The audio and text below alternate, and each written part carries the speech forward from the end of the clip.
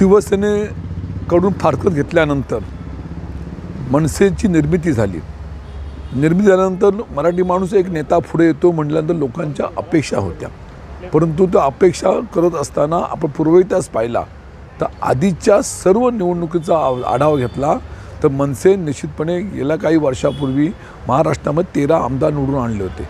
पण दुर्दैवाने आजच्या घडीला त्यांचा फक्त एकच आमदार आहे. आणि आजच्या घडीला ह्या लोकसभा निवडणुकीच्या पार्श्वभूमीवरती आज त्यांनी जो महायुतीला जो पाठिंबा दिलेला आहे ही दुर्दैवाची गोष्ट आहे. आज आपण पाहिलं भाजप असेल, नरेंद्र मोदी असतील, त्यांचा परिवार असेल, यांची लोकप्रियता घटत चाललेली आहे. आणि अशा परिस्थितीमध्ये त्यांना भाजपला पाठिंबा देणं म्हणजे आपल्या पायावरती धोंडा मारून घेणं असं माझं मत या ठिकाणी आहे. आणि भविष्यातल्या कालखंडामध्ये ही महायुती यशस्वी होणार नाही हा मला विश्वास आहे.